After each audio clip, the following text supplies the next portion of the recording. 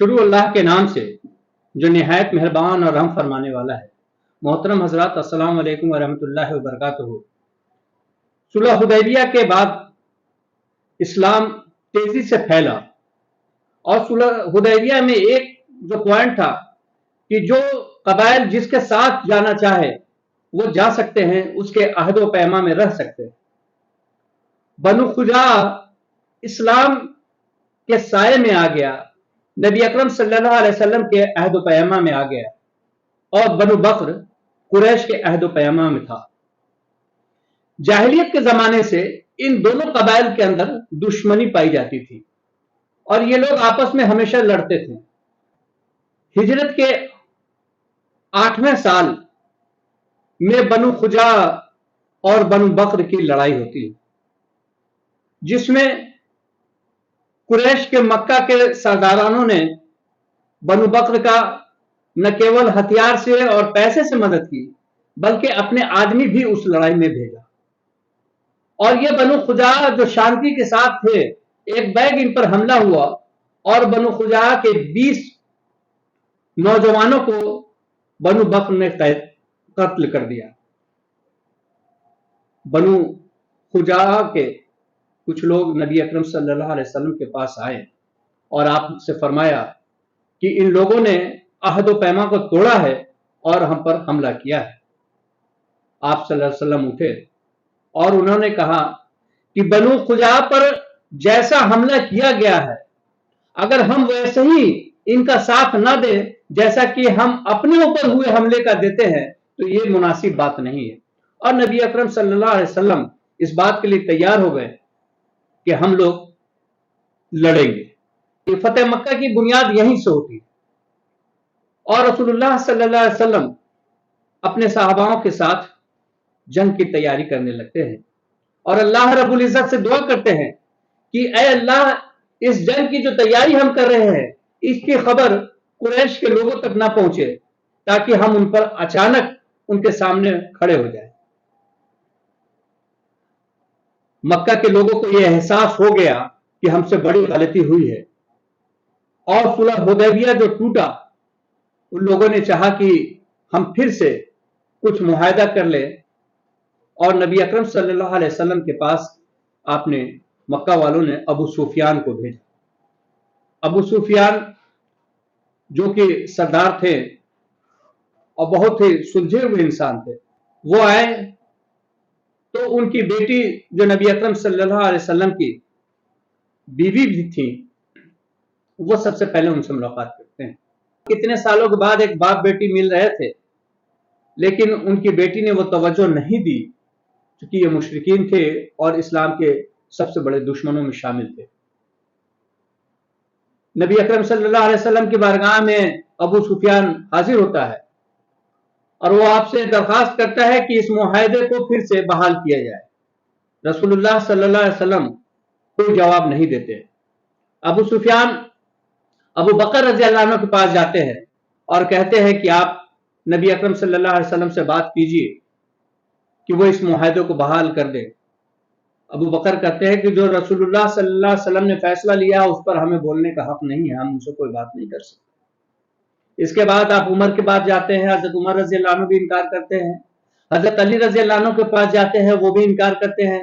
حضرت فاطمہ رضی اللہ عنہ کے پاس جاتے ہیں، وہ بھی انکار کرتی ہیں۔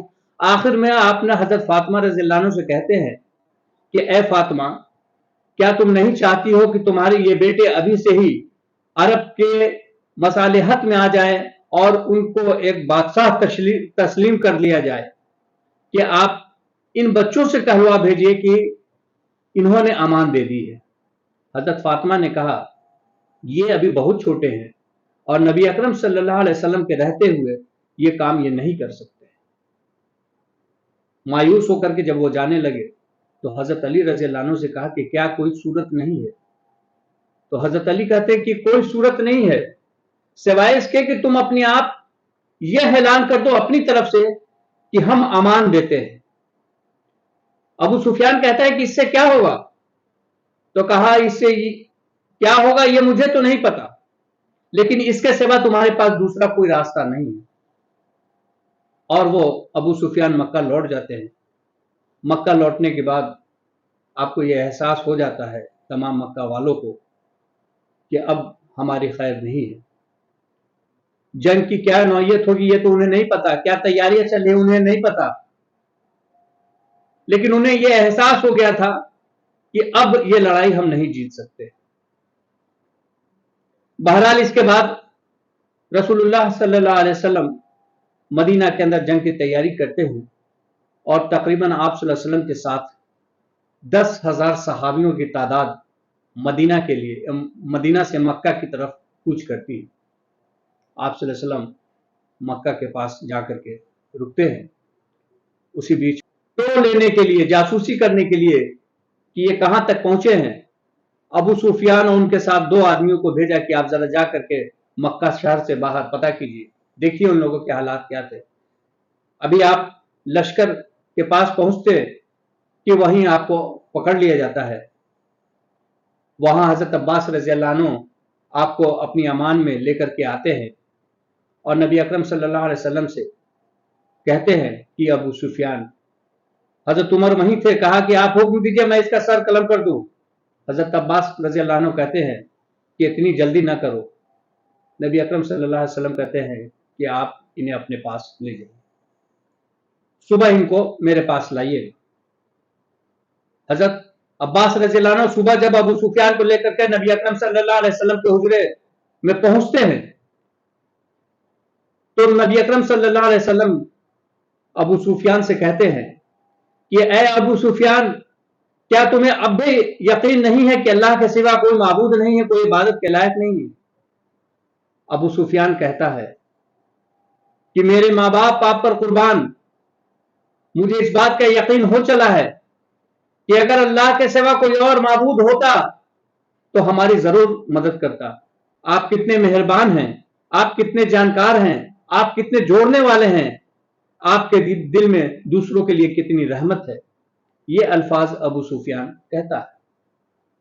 اور پھر نبی رسول اللہ صلی اللہ علیہ وسلم کہتے ہیں کہ اے ابو سفیان, کیا تمہیں اب بھی یقین نہیں ہوا کہ میں اللہ کا رسول ہوں؟ ابو سفیان پھر وہی بات دہراتا ہے اور کہتا ہے کہ آپ کتنے اچھے ہیں, آپ کتنے نیک ہیں, آپ کتنا صلہ رحمی کرنے والے ہیں, آپ کتنا ادھک جانکاری رکھتے ہیں, لیکن میرے دل میں تھوڑی سی ابھی اس بات کو لے کر کے شک و شبہ موجود ہے. حضرت عباس کہتے ہیں کہ اس سے پہلے کہ تمہارا سر دھڑ سے الگ کر دیا جائے تم اسلام میں داخل ہو جاؤ. اور ابو سفیان کلمہ شہادت کے اقرار کر لیتے ہیں. اس کے بعد حضرت عباس کہتے ہیں اللہ کے رسول, ابو سفیان فخر کرنے والوں میں سے ہے, اسے کوئی ایسی چیز عطا کیجئے جسے اس کو فخر محسوس ہو. رسول اللہ صلی اللہ علیہ وسلم نے کہا کہ جو ابو سفیان کے گھر میں پناہ لے لے گا اسے امان حاصل ہے, اور کہا کہ جاؤ اپنے خاندان والوں کو, اپنے قبیلے والوں کو بچاؤ. اور ابو سفیان یہ خبر لے کر کے مکہ پہنچا اور وہ کہنے لگا کہ آج محمد صلی اللہ علیہ وسلم جس بڑی لشکر کے ساتھ ہے ان کا مقابلہ تم لوگ نہیں کر سکتے. تو ابو سفیان کی بیوی جو ہندا تھی وہ کافی غضبناک ہوئی اور اس نے کہا کہ میرے آدمی کو مار ڈالو, کہ اس نے پیٹ پھیرا. ابو سفیان نے کہا کہ اس کے بعد میں نہ آؤ, اپنی جان بچاؤ, جو لوگ میرے گھر میں داخل ہو جائیں گے انہیں امان ہے. تو لوگوں نے کہا کہ اے ابو سفیان, اللہ کی لعنت ہو تم پر, تمہارا گھر ہے ہی کتنا بڑا کہ لوگ اس میں شامل ہو جائیں. پھر آپ نے کہا جن لوگوں نے اپنے دروازے بند کر رکھے ان کے لیے امان ہے, جو لوگ خانہ کعبہ میں پناہ لے لیں انہیں امان ہے.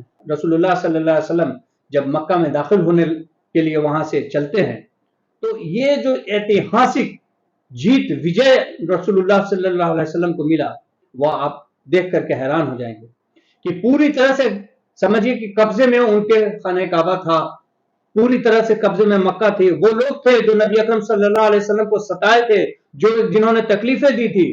اسی بیچ جب گھاٹی سے آپ گزر رہے ہوتے ہیں تو سعد رضی اللہ عنہ کہتے ہیں کہ آج تو بدلے کا دن ہے.